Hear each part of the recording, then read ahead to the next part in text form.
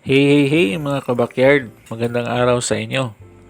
Yung topic natin ngayon ay tungkol sa pagtatari. Yung ituturo ko sa inyo ay basic na pagtatari lamang. Pero nasubukan na rin natin ito sa mga malaking labanan. So una, alamin natin kung ano-ano yung mga gamit sa pagtatari. So una, ito yung lalagyan ng mga bagong hasa nating tari. So kapag pupunta tayo sa labanan, so yan yun, diyan nakalagay yung mga tari. Of course, ito yung tari na gamit natin. So ito yung ginagamit ko kapag nagpa-practice. Tapos yan yun, dyan yun nilalagay. Tapos ito yung hasaan na leather tsaka kahoy. So pampatalas. Tapos ito naman yung tinatawag na condom. So para iwas sugat mga kabakyard. So nilalagay natin dyan sa tari. Ito naman yung tali na ginagamit.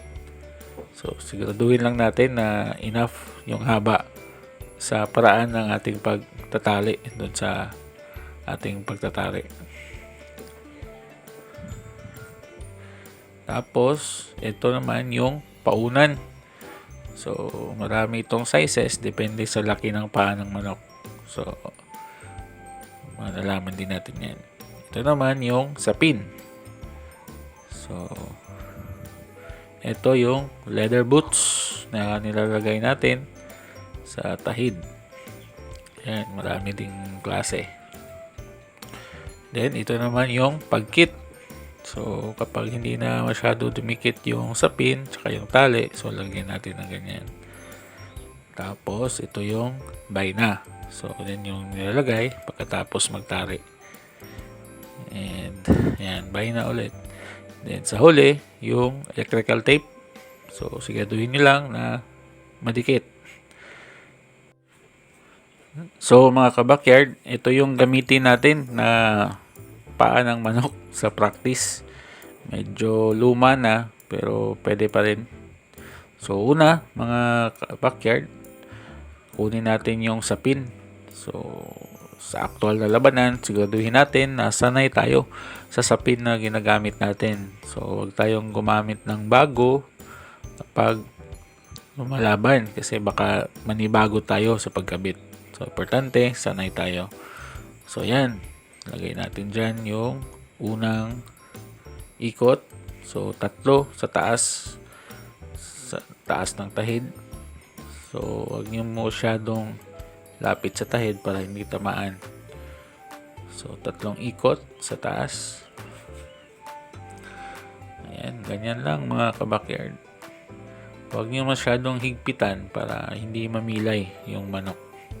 Tapos sa baba tayo, ikot. Tatlong beses din. Ganyan. So medyo mahirap kasi hindi actual na manok. So ganyan. So, tatlong beses dyan.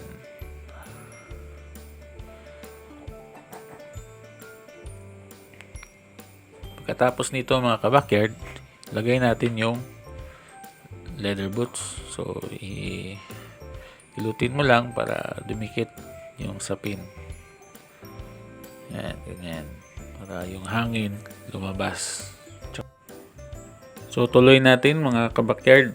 So, una, lagay natin yung leather boots. So, ibang klase yung leather boots mga kabakyard. So, importante din na sa araw ng labanan, siguraduhin ninyo na sanay kayo sa leather boots na ginagamit ninyo. So, ganyan lang mga kabakyard. Pasok sa tahid. So, importante, dumikit. Tapos, balance dun sa ilalim. Hindi lalagpas dun sa paa ng manok. So, ganyan. Dalawang ikot sa baba. Tapos, ihigpitan nyo mga kabakyard para medyo dumikit. So, sa taas ulit. So, ikot naman. So, hilutin ninyo para dumikit. Ayan. Migpit. Ayan. Ganyan. So, lalabas yung hangin. So, didikit yan mga kabakyard. So, ikot nyo lang.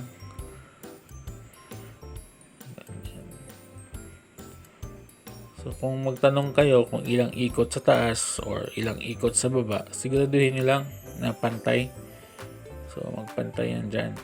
Kasi dyan na nakapatong yung garol mamaya. So ikot ka lang. So masasanay rin kayo mga kabakyard na magiging pantayan. So sa huli yung sa ibaba yung yung huli. So yan, ikot ulit sa taas. Ganyan mga kabakyard. So again, siguraduhin na pantay yung sa taas tsaka sa ilalim. Yan. So huling ikot mga kabakyard. Yan. So dikit nyo para dumikit. Yan. So ayan, dikit na dikit. So tirahan nyo mga kabakyard na siguro 5 pulgada para malagay mo yung paunan. So ito yung paunan. So lagay nyo dyan mga kabakyard. Ikot nyo lang sa dulo. So, simula kayo sa taas, tapos pababa. Tapos papunta doon sa paa ng manok. So ganyan mga kabakyard. Ikot. Ganyan. So, higpitan nyo para dumikit. So, ganyan. So, ayan. Siguraduhin nyo rin mga kabakyard na pantay naman dun sa sa sapin, dun sa kabila. Kasi dyan nakapatong yung garol mamaya. Ayan. Siguraduhin nyo yung pantay dyan. Ayan, ganyan. So, hindi po maibabaw yung paunan. So, idikit nyo lang para So, ayan mga kabakyard. Maya, lagay natin yung tari.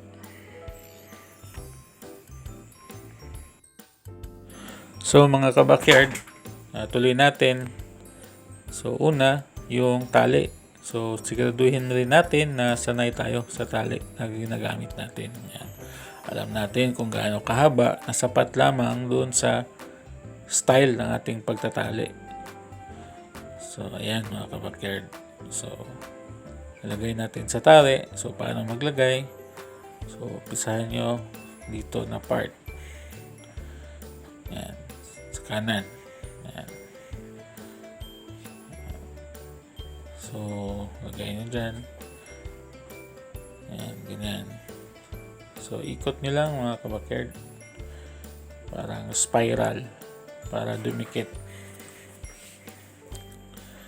So, ikot nyo lang. Tapos, pababa naman.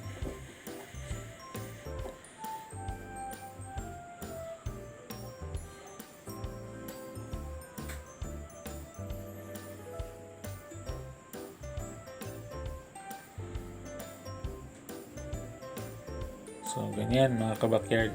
So, pababa. So, yung spiral na yan mga kabakyard, may purpose yan. Para, paglagay mo dun sa sapin, dumikit. So, habang hinihigpitan mo yung tali, dumidikit yan. So, hindi yan aalis dun sa pinaglagyan. So, ganyan lang mga kabakyard. So, lagay mo dun sa paa ng manok. Mayroon ng paunan tsaka sapin. So ganyan, dapat naka-align dyan, tapos naka-align din dun sa paunan para sigurado na hindi kumalas yung tari. Tapos yung asinta, sasanay rin kayo dyan. So siguraduhin nyo lang na yung point is naka-align sa tahid. So ganyan mga kabakyard.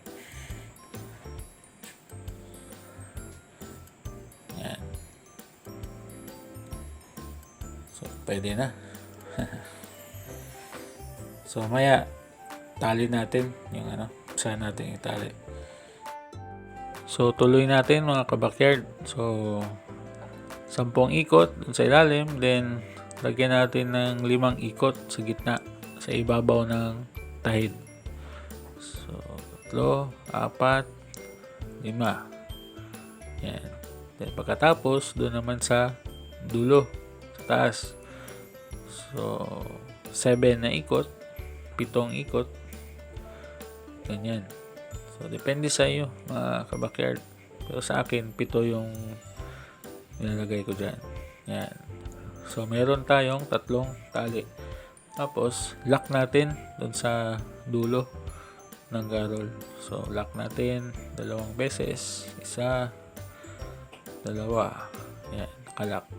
So, pagkatapos nito mga ka-backyard, pwede kayong umasinta ulit. So, medyo hindi na yan kumakalas. Yan. Yan. Kita nyo? So, pwede ka nang mag-adjust sa asinta mo. Tapos, kung makasinta ka na, lagyan natin dito sa left side ng garol para dumikit naman. So, ito mga ka-backyard, lagyan natin dito sa left side ng 5 ikot. Yan. Para dumikit yung tenga ng garol. So, yan. Ikot nyo lang sa paa ng manok. Tapos, lock nyo dyan sa paunan. Tapos, sa kabila ulit. Doon naman kayo nakasabit sa paunan. 5 ikot. Yan. Tapos, lock nyo ulit.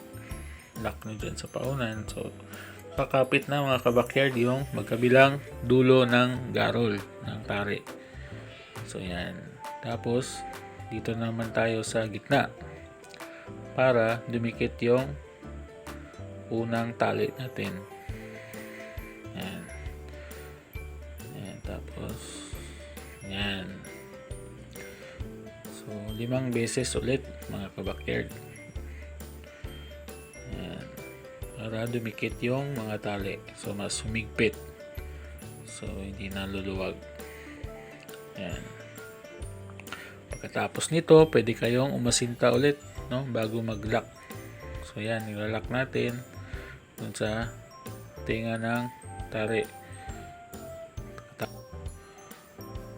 Pagkatapos doon sa taas mga ka-backyard, dito naman tayo sa kabilang side.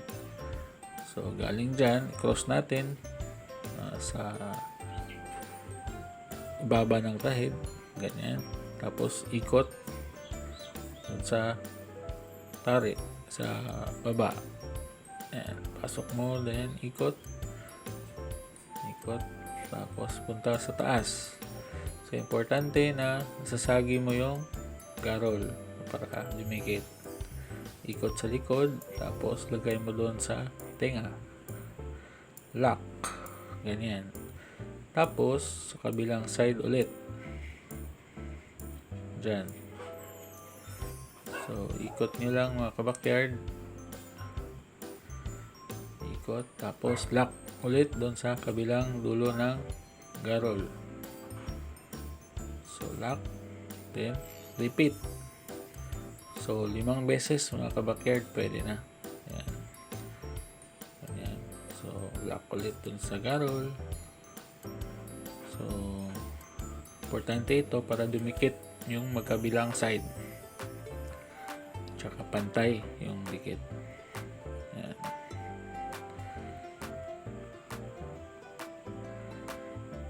So, kalimutan natin mga ka-backyard na ilagay yung condom. Importante na nakalagay yan para iwas sugat. So, yan. So, tuloy natin mga ka-backyard. So, ganyan lang. Dito na naman tayo sa kabila. So, lock mo dun sa ilalim. Yan. Yan. Siguraduhin nyo na naka tikit dun sa ganyan. Simple lang mga ka-backyard yung paraan natin ng pagtatari. Tapos, yan. So, lock natin sa ilalim. Ikot pa isa. Yan. So, lock. Yan. So, ngayon mga ka-backyard, dito na naman tayo sa kabila. Para yung mga tali na nakaikot dyan, so, nalalock din or mas hihigpit. So, ganyan lang. Ikot mo sa paunan. Balik ulit sa baba. Tapos, akyat ulit sa taas. Ganyan lang mga ka-backyard. Tapos, dito naman ulit sa baba.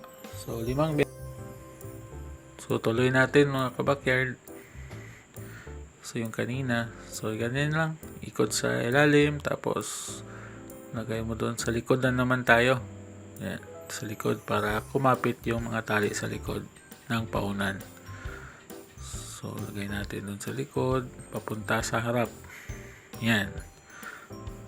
Tapos para nahawakan yung ibang tali dyan. Tapos lock ulit doon sa ilalim, then balik doon sa likod. So ganyan lang mga kabakyard. So ulit-ulitin nyo lang 5 beses. Pagkatapos nyan, pwede nyo nang i-lock doon sa garol sa tenga. Ayan, kalak yan. So hindi na yan kakalas mga kabakyard. Tapos ikot nyo lang galing sa ilalim papunta sa taas. Iwasan nyo lang mga kabakyard na tamaan yung tahid. So ganyan. So distribute nyo lang yung naiwan na tali papunta sa taas. Yan.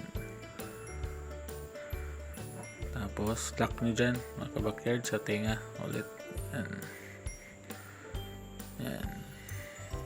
So simple lang mga kabakyard yung paraan natin. So yan, hindi na yan kakalas mga kabakyard kasi nahawakan lahat ng parte ng garol. Nakadikit yan sa paa ng manok. Tapos lagay natin yung electrical tape. So kuha tayo ng maliit na 1 pulgada, lagay sa kanang paa ng manok. Tapos yung lagay natin sa tari. So siguro mga 8 pulgada pwede na. Yan. Kunin natin. Tapos umpisa tayo sa taas.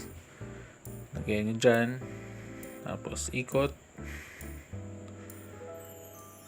Tapos siguraduhin ninyo na hindi tamaan yung tahid para hindi mamilay yung manok.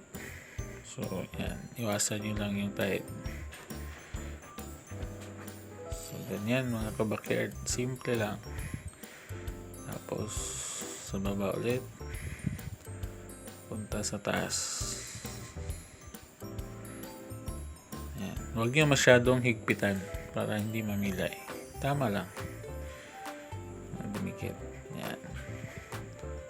Tapos dikit nyo mga kabakyard para lumabas yung mga hindi dumikit yung hangin. So ayos, okay na tayo. So ngayon mga kabakyard, lagay natin yung bayna. So yan, ayos ba mga kabakyard yung paraan natin. So yan, lagay natin yung bayna. So baka masugatan kayo, tayo nyo yan, ganitong paraan. Yan, so para sigurado na papasok talaga sa bayna. Tapos yung pagtatali, so sa taas, sa likod, then sa taas ng tahid, tapos papunta sa baba. Yan, ikot sa likod, tapos yan, ikot nyo dyan sa bayna. Tapos mayroong clip dyan na pwede nyong mapag-lock. So lock nyo dyan. Tapos so ganyan lang mga kabakyard yung simpleng paraan natin ng pagkakabit ng tari. So ganyan lang. So yan, finished product. So iba pa rin mga kabakyard kung actual na manok yung kinakabitan. So subukan natin, tanggalin yung bayna. Yan, simple. Walang aberya. Yan, tuloy-tuloy hanggang sa pagpanalo. Yan. So tanggalin. So ayan, laban na. So dyan lang muna mga kabakyard. Sana may natutunan kayo sa topic natin na ito. Please like and subscribe mga kabakyard sa YouTube channel natin na Sabongerong Pinoy. Abangan nyo na lang mga kabakyard yung mga ibang topic natin sa mga susunod na araw. Lagi nating tandaan na sa tamang pamamaraan pwedeng sumabak sa malaking labanan. Good luck!